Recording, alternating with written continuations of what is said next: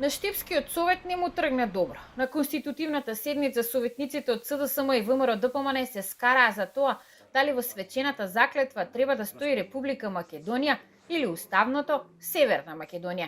Од СДСМ на седницата рекоа дека не треба да се оди против уставот, а од ВМРО ДПМН тврдеа дека се е согласно законот за локална самоуправа. Статутот на општината е променет и во истото стои и задолжително мора да се наоѓа уставното име, бидејќи сите останати документи кои што се донесуваат е со Република Северна Македонија. Согласно член 38 од Законот за локална самоуправа, одредбата е заклетва. Во истата одредба ја има свечената изјава, истата со текстот како што не е даден на подпис.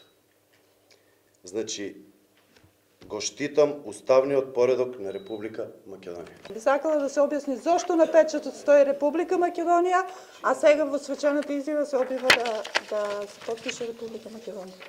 Тие што сакаме да дадеме изјавата во оваква форма, да ја дадеме. Доколку некој чувствува потреба да биде во изјавата заменето новото уставно име, Република Северна Македонија, соодветно да му се допушти така и да си ја даде изјавата. Откако им го одбија барањето за толкување од правните служби, избраните советници од СДСМ ја напуштија седницата.